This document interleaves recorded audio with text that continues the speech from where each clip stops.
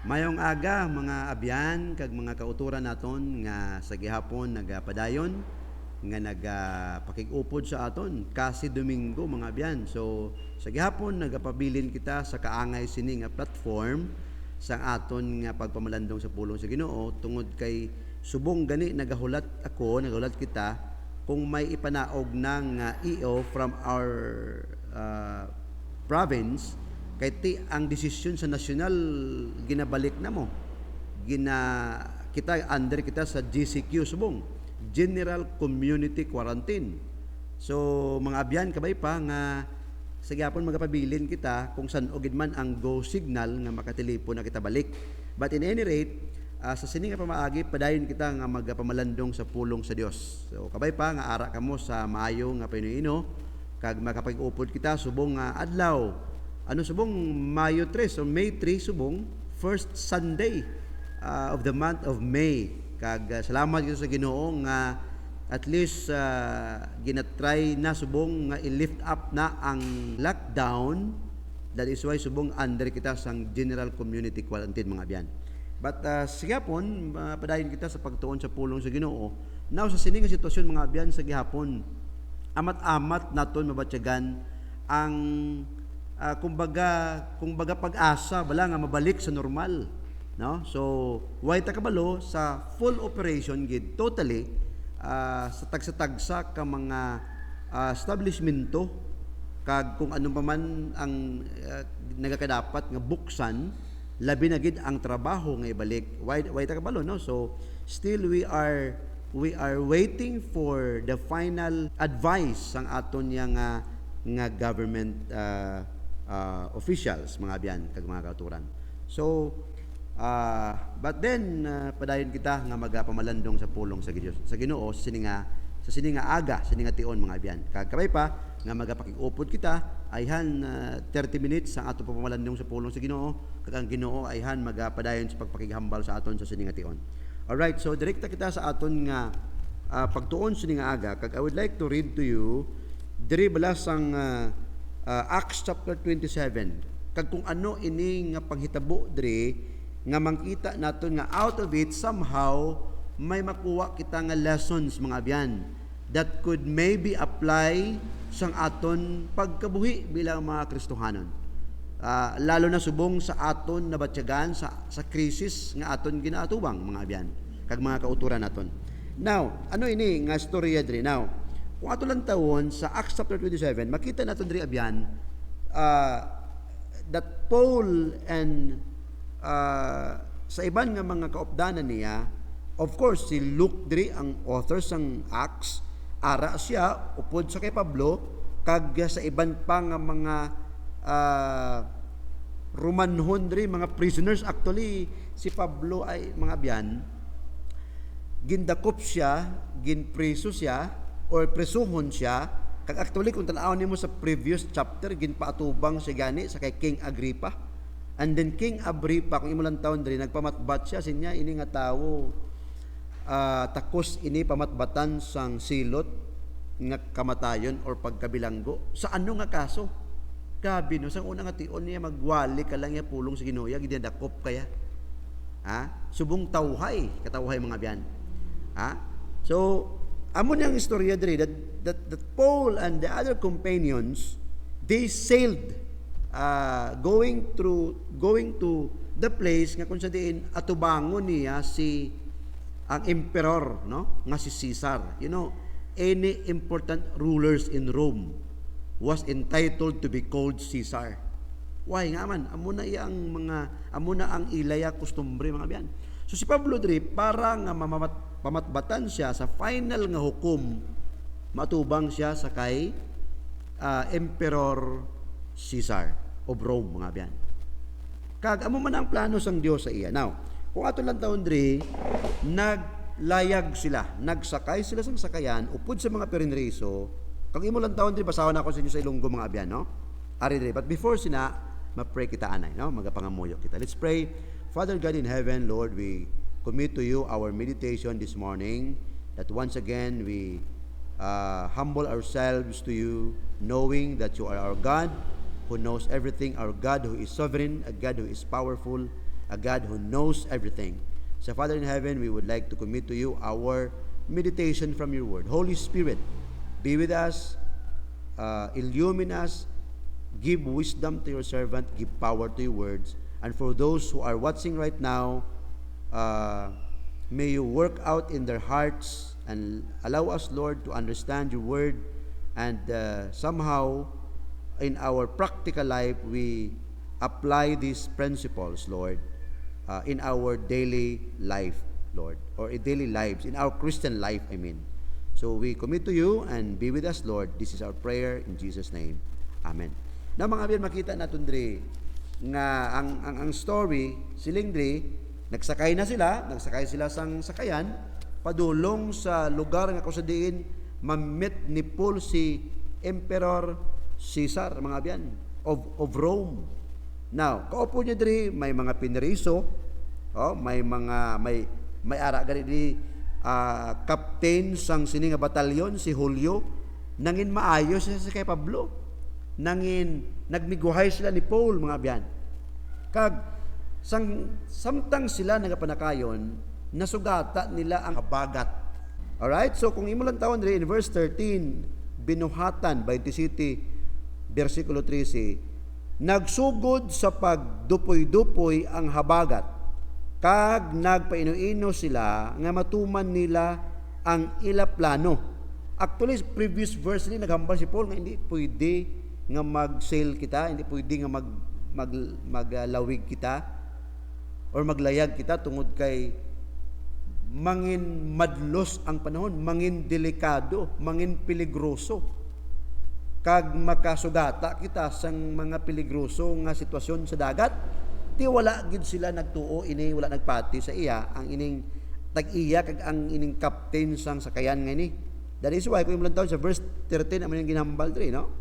Nagsugod sa pagdupoy-dupoy ang habagat, kag nagpainiino sila nga matuman nila ang ila plano. Gani ginbatak nila ang angkla, kag nagpalayag nga nagapanghigaron sa baybayon sang Krita. Pero sa wala madugay, nagmadlos ang hangin nga timog halin sa isla. Ginbunal sang hangin ang sakayan, kag tungod kay indi kami makapanungsong sa hangin, nagpabaya na lang kami, kag nagpaanod kung diin kami daldalon sang hangin. Nakapalipod kami sing madali sang pag-agi namon sa bagatnan nayon sang jutay nga isla sang Kauda. Bisan pa nga binudlayan kami didto. Natigayo namon ang pagtabid sang bote, agod nga indi maano. Sang napakasaka nila ang bote, gingaid ini sing hugot sang mga kalat sa sakayan. Nahadlok sila nga mabara sa mga pasil malapit sa baybayon sang Libya. Gani ginpapanaog nila ang layag, kag nagpaanod. Nagpadayon ang mabaskog nga bagyo, gani sang madason nga adlaw ginpang tagbong nila sa dagat ang mga kargamento sang sakayan. Sang madason pagid nga adlaw, pinanghaboy nila ang kasangkapan sang sakayan. Sa sulod sang pila ka adlaw, wala magpakita ang adlaw kag mga bituon, kag nagpadayon ang paghuyop sang mabaskog nga hangin, sang ulihi nadulaan kami sang paglaom nga maluwas mapirti. Sa nga sitwasyon, mga abyan, naghambal diri si Luke, no? Ang author, siling niya, sa sadto nga tion, sa sadto nga sitwasyon nga ilan na agubang wala sing tsansa nga maumpawan ang sitwasyon, siling ni Luke diri, siling niya, nadulaan kami sang paglaom nga maluwas. Imagine, perti gito ya nga sitwasyon, mga abyan. Kung imo lang taon, ini nga mga sailor, they are brave enough nga magdesisyon, bisan pa nga naghambal si Pablo, budlay ka peligroso ang aton pagbiyahe. Ha? So, kung aton makita di abyan, grabe, nag-sail sila. Kag, wala madugay, diri nakita naton ang sitwasyon nga puwerte kabudlay, tunga sang dagat, ginakuso-kuso sila. Kag kung imo lang taon gali, mga abyan, kung imong makita diri sa verse, sa preceding verses, diri sa may verse 33, Madali na lang mag-aga kag nagpangabay si Pablo sa ila tanan nga magkaon. Nagsiling siya, duha na kasimana ang inyo paghulat kag wala gid kamo makakaon. Nakita naton diri mga biyan nga ini nga mga tao sa tanan nga tinguha nila waay gid sang tsansa nga nagayuhan ang tiyempo. Pero area, on that ship, Paul was on board. Kung imo lang taon mga abyan, Paul, in many reasons, he was a special man. He was a man of God. He was a man of faith. He was a man of mission. Mga abyan, makita naton. Kag, he was a man in fellowship with God. Kag kung imo lang taon, Drake, because of that, Paul was being anchored in the midst of that storm. He was there. Kung imo lang taon, mga abyan, ini nga mga sailor, naghaboy na sang 4 ka angkla. Now look at this. In verse 29, nahadlok sila nga madaldal ang sakayan sa mga bato, gani gintunton nila ang 4 ka angkla sa ulin sang sakayan, kag nagpangamuyo sila nga mag-aga. Pirte nga handom sini nga mga sailor. 4 na kaakla, but they found it ineffective. 4 anchors, but they found it ineffective. Wala gid ya nagsilbi. Na kung imong padayon na magbasa mga biyan, medyo laba-laba, medyo taas-taas ni. But the truth of the matter is that ato sa tanan nga sitwasyon, nakita sang Dios, naibaluan sang Dios, knowing ato didto ang iyang alagad, kalmado. Now what makes Paul become steady in those stormy seas? Mga biyan, I would like to share to you this morning, there are at least 4 anchors in our life's stormy seas. As what Paul said here. Makita nato mga. 4 strong anchors for life's stormy seas, mga biyan. At the same anchor nga makita natin today kung ano ang ara sa kay Pablo, mga biyan. Na kung tanawin natin ang context diri, amo nga story kung sa diin gipakita sa Dios ang iya gahom paagi sa alagad. Ano ang ginambal ni Pablo? Wala na chansay nga mampawan. Siling ni Pablo, ano ang ginambal ni Pablo sa ila dire? Verse 22, pero karon nagapangabay ako nga magpakaisog kamo, wala sing isa sa aton nga mapatay, kundi ang sakayan lamang ang maguba. Now, ginambal ko mga abyan, may at least 4 ka angkurahe, may nga magahatag nga sa gihapon mangin kalmado. May ara ko mamigo nga siman, siling ko, anong ginaobran nyo kung mag-abot gid ang 40 ka kusog nga bagyo? Sinya pason, ngita kami sang isla nga makapanalipod kami, kag maangkurahe kami. Ang natabo dire, grabe biskan nagpanalipod sila, ginakuso man sila gihapon sang bagyo. Siling sa amigo ko, siling niya, ate, dira ka na lang hulat pa sorry.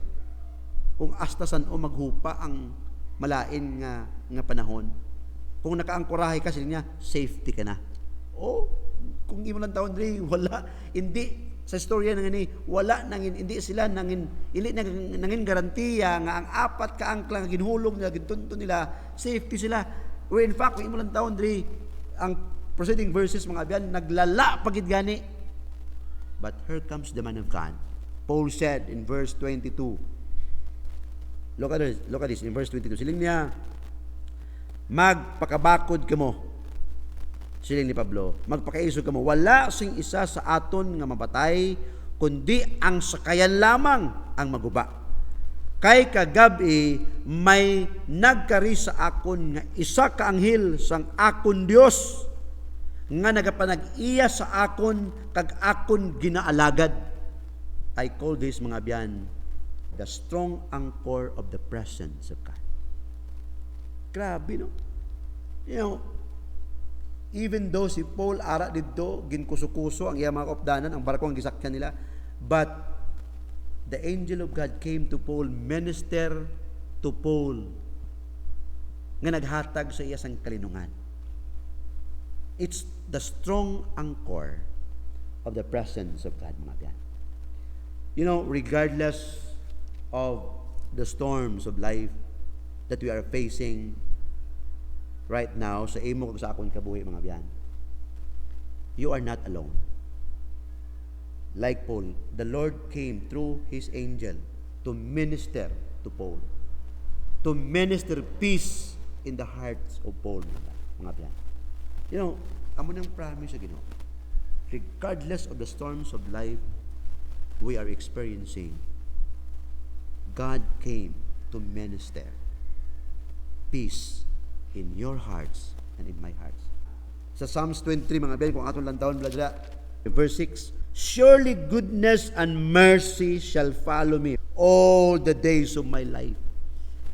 Ha? Ang Dios magpakig-upod sa imo kag sa akon all the days of His life, of our life. His mercy and goodness, mga biyan. In other words, every step you take sa imo tail, left and right, every step you take, there's always goodness and mercy of God will follow us all the days of our life, mga biyan. Well, katahob kag kanami sini. In Matthew chapter 28 verse 20, amo nang promise sa Ginoo sa iya mga disciples, I am with you always, even unto the end of the world. Ha? The strong anchor of the presence of God, mga biyan. What an encouragement to know nga ang imo kag akong kabuhi, as what Paul said. Kung imo lang taon diri, ang presensya sang Dios give Paul enough confidence that even in the midst of that storm, God is there. You know, mga biyan, tandaan dagit. Miskan ano, nga bagyo nga mag-abot sa imo sa akong kabuhi.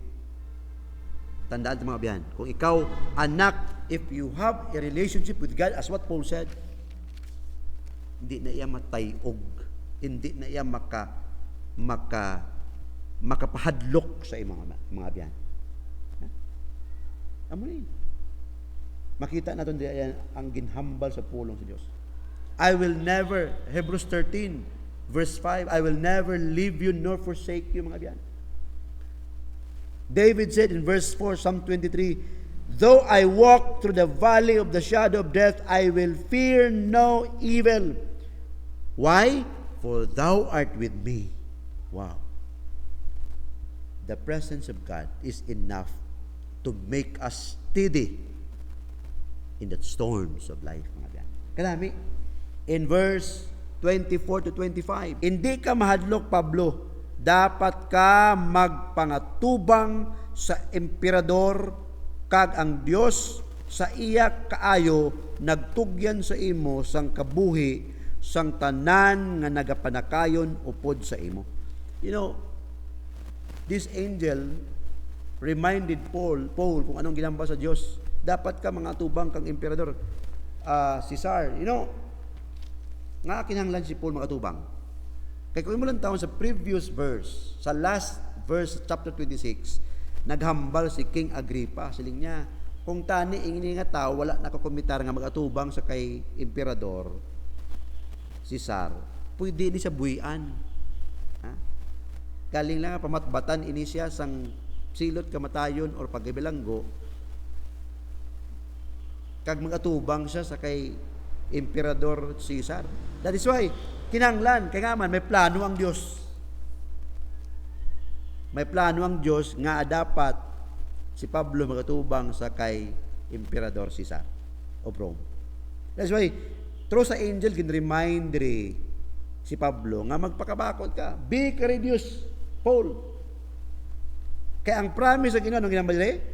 In verse 24, dapat ka magpangatubang ka emperador, kag ang Dios sa iya kaayo nagatugyan sa imo sang kabuhi sang tanan nga nagapakanakayon upod sa imo. Gani, mga abyan, siling ni Pablo, magpakaisog kamo, kay nagasalig ako sa Dios nga matuman ang iya ginsiling sa akon. You know, the second anchor that we can find here is the anchor the strong anchor of the promises of God. You know, when God promise, He will fulfill. Mga abyan, kung imulang taon dre, aton makita dre, nga si Pablo, nang kampante siya, tungod kay, kung imulang taon dre, gin-remind siya sa Dios that Paul, you would stand before Caesar. Kag all those on the ship, ginamba dre, is ma-spared sila. You know, having the word from God was enough to anchor him and to give him blessed assurance. Why? Because Paul knew that God was good as his word. In Romans chapter 4, verse 21. And being fully persuaded that what he had promised, he was able also to perform. Alam mo, no? Kung ano to ang promise ang Ginoo, i-perform sa Diyos na. I-perform sa Ginoo na. You know, that is why kung imulang taon rin, this is the anchor, this is the strong anchors that make Paul steady in the midst of storm. At the same anchor actually, nga magamit manimo og nakon sa aton kabuhi as we face the storms of life. Nga biyan. In verse 25, it was actually a strong anchor of the promises of God. He promises deliverance, Psalms 34 verse 19. In Romans 8:28, all things is for our good and for His glory, mga biyan. 2 Corinthians 12:9, Jesus promised divine grace. And in Revelation 21:4, Jesus promised the ultimate glory that we have. Upod sang aton manluwas. The promises of God was based on His word. Mga biyan. Ang promise ng Ginoo yan na base sa Apollo. Psalms 119 verse 89. Forever, O Lord, thy word is settled in heaven. And the promises of God was based on His word, mga biyan.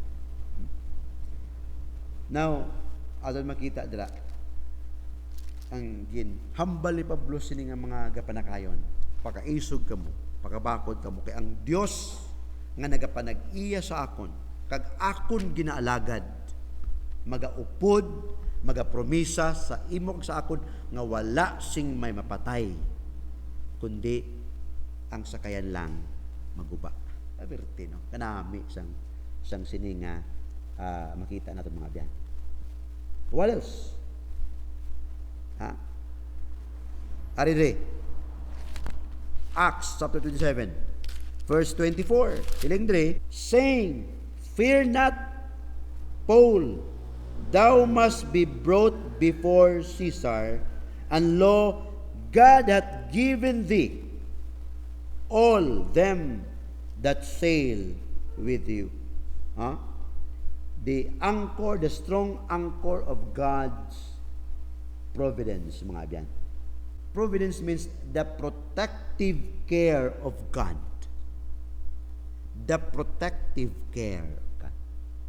You know, ang protection nga ihatag sa Dios sa sadto nga sitwasyon nga na-experience ni Pablo kag iban to nga mga tao didto, nga mga piniriso, mga presohon nun to actually ang hatod po ni Pablo Si Pablo nag-opo didto, gindakop man siya sa kaso nga nagwali. Iban dito yung mga piniriso, ay dito kung anong mga kaso nito, wala man ginambal sa Bible. But, again, makita natin diri ikatatlo nga strong anchor is the strong anchor of God's providence, a protective care of God. Bakit ako mga biyano? Nga ang Diyos siya, ang iya pag-protect, ang iya nga paghalong sa imo kag sa akon mga biyan. Did you know that God is doing the same sa imo kag sa akon kabuhi? Part sa plano sa Dios sa imo kag sa akon kabuhi mga biyan. As what he promised to Paul, the same nga promisa. Nga ang Dios magaprotect sa imo kag sa akon mga biyan.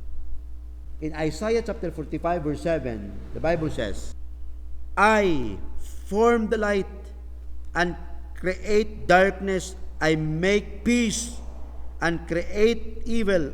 I, the Lord, do all these things. So, kung imo lang taon dre ang Ginoo, siya ang nakaibalo sa tanan. He knows everything. Siya ang nakaibalo kung ano ang imong sitwasyon, kung ano ang imong ginatubang subong. God knows. I formed the light. I created darkness. I make peace. I create evil. In other words, He is the author of everything. Kung panugutan niya nga ma-experiencean sa iya mga unga, sa iya mga kaanakan, ang mga pagsulay, ginatugutan sa Dios. Ginatugutan niya na.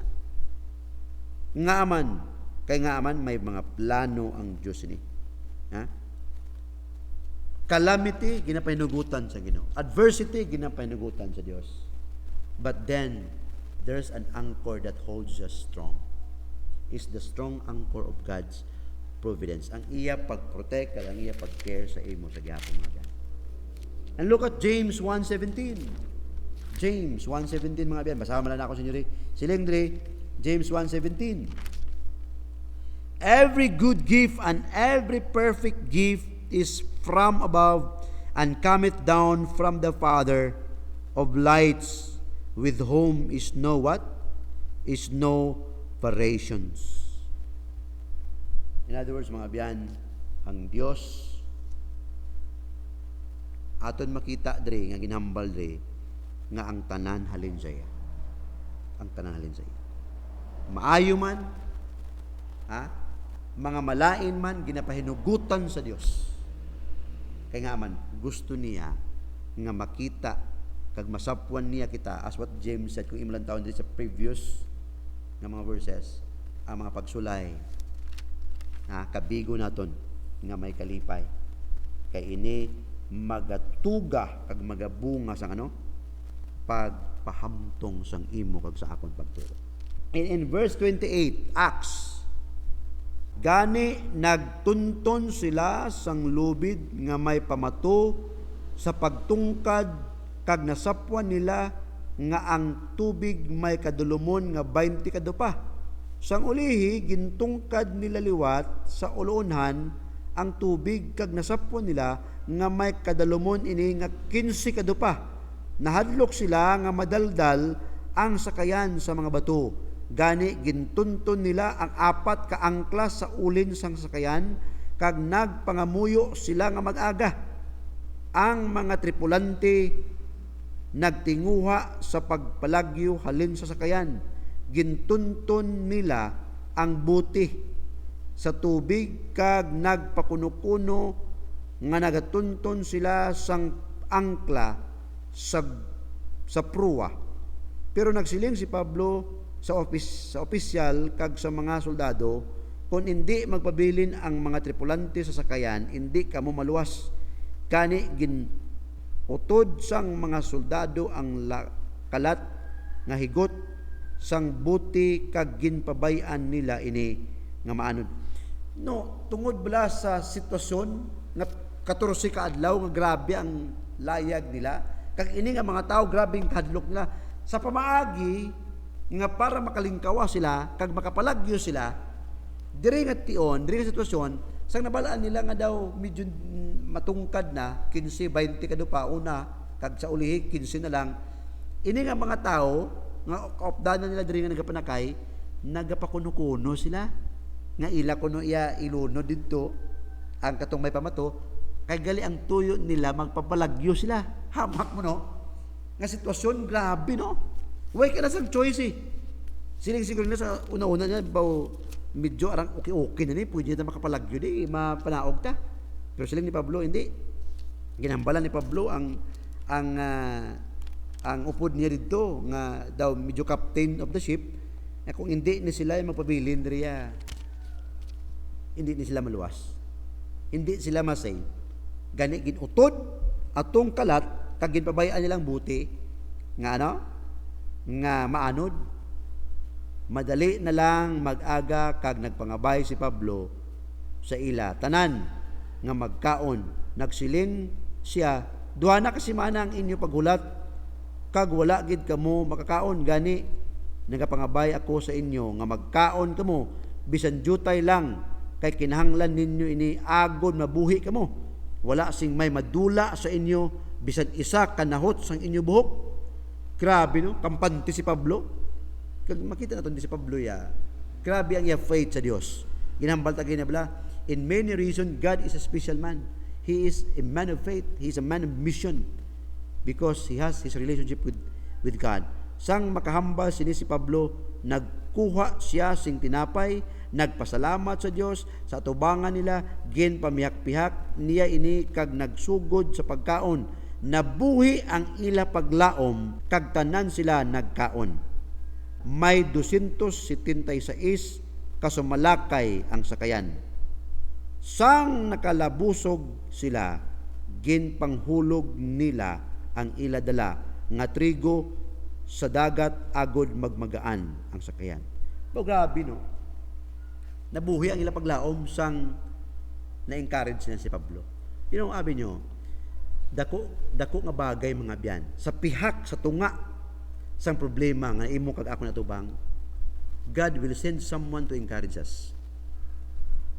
And of course, encouragement from His Word, encouragement from the presence of God. Ha? Makita natin rin. Encouragement from the promises of God. Encouragement because God cares for us. His providence, mga biyan. And lastly, the strong anchor of God's performance. Kung imo lang taon dre ang trabaho sang Dios. Kung imo makita mga ben kanami dre. In verse 44, and the rest some on boards and some on broken pieces of the ship, and so it came to pass that they all escaped safely to the land. Bangod sa to. Bangod sang sang presensya sang Ginoo. Bangod sang promise sang Ginoo. Bangod sang providence sang Ginoo, they are all safe. Kita mo ang performance sa Ginoo. If we let God perform all what is happening around us, what is our circumstances, if we let God do all these things, if we let God work out in all these things, there will be a blessing, there will be a safety, there will be deliverance, mga yan. Kung painugutan na lang ang Diyos, sa atong sitwasyon subong bala, kung painugutan na lang ang Ginoo nga mag-work out sa nitanan, He will deliver us through, mga yan. Sa siningang sitwasyon. Sa anong pamagi, obey kita. May mga guidelines na ginahambal sa ato ng government. Let us obey. Ha? Let us perform our duties as citizens. We have to pray to the people around, to the frontliners, mga biyan. And God will what? Will deliver us from this crisis, mga biyan. From this pandemic. I believe so. Yung mga biyan, kung kisa nagadulaan kita sang tsansa na saan-o pa inihin matapos, kita mo itong ginambal dire ni Luke, ha? Sang wala nila makita ang adlaw kag bituon, even ang tsansa, ang hope, wala na, nadula na. Ha? Grabe nyo, ang promise sa Ginoo, ha? Ang iya presensya, ang iya providence, ang iya performance will make us steady in the stormy seas of life's journey. Mga biyan gabay pa. Nagdangop kita sa Diyos. The strong anchors that we have is when we have our relationship sa Ginoo. Si Pablo amo to tungod kay may relasyon siya sa Diyos. Mga biyan, kung there might be someone nga makalantaw sining aton ng pagpamalandong, mga biyan, the only anchor that could make you safe, it's not the anchor of your financial stability, it's not the anchor of your good health. Hindi na yan. Kung dira kita nagabutang sa atong kampante, mga biyan, may ara pa, masubra pa na kinanglanon sa tao, more than vaccine. You need Jesus Christ in your life. Why not come to Him?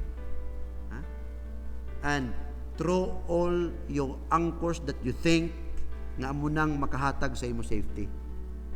No one else except the Lord Jesus Christ. Throw out your anchor that will make you ineffective, mga biyan. Sa sining kabuhi, sa sining pakigbato, subong sang krisis, well, God will use people out there. But the only safety measure nga makahatag sa imo pagpakalma is the anchor of the presence of God, the strong anchor of the promises of God, the strong anchor of the providence of God, and the strong anchor of the performance of God. That all of this, God will perform it, and He will give us safety, mga yan.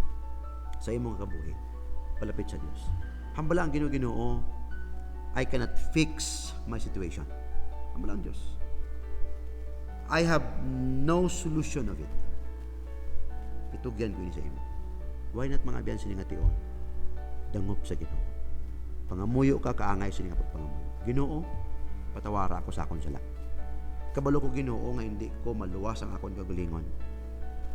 Wala ko sang iban nga butangan sa akon kabuhi nga mga safety ni kung hindi dira lang sa imo. Salamat nga ang imo anak ginhatag mo si Kristo Jesus. Nagantos kinlangsang sa cross. Napatay ka ginlubong pag-abot sa 3 ka adlaw, nabanhaw siya. Ginoo, ginapatihan ako nina kag sa sining ation, batunon ko siya bilang akong Dios kag akong personal nga manluluwas. Tinutugyan ko ang akong kabuhi sa iyo. Mga biyan, amo bala ang iyong pagpangamuyo. Kabay pa, ang Diyos magpakamaayo sa imo. Ang Diyos padayon nga magpakighambal sa imo, mga biyan. And ang promise sa Ginoo that He will never leave us nor forsake us. Abiyan, kabay pa, ang Diyos magpakamayo sa inyo. Shall we pray? Father God in heaven, thank you, Lord, for allowing us na makapamalandong sa imong pulong. Nagahatag sa amon pagpabasko that in our life's stormy seas, there are anchors that we have to hold on. The anchor of the presence of God in our life, and the anchor of your promises, the anchor of God's providence, the strong anchor of God's performance. That you know all of this, kabalo ikaw sa tanan sa Ginoo. Buligi kami nga magdangop kag padayon nga magsalig sa imo. Bless your word, bless our viewers, bless our nations, bless our government officials, bless our president, bless our people, bless your people, bless every churches, bless every Christians, you know. All these things we commit in Jesus' name. Amen and amen. Good morning and God bless.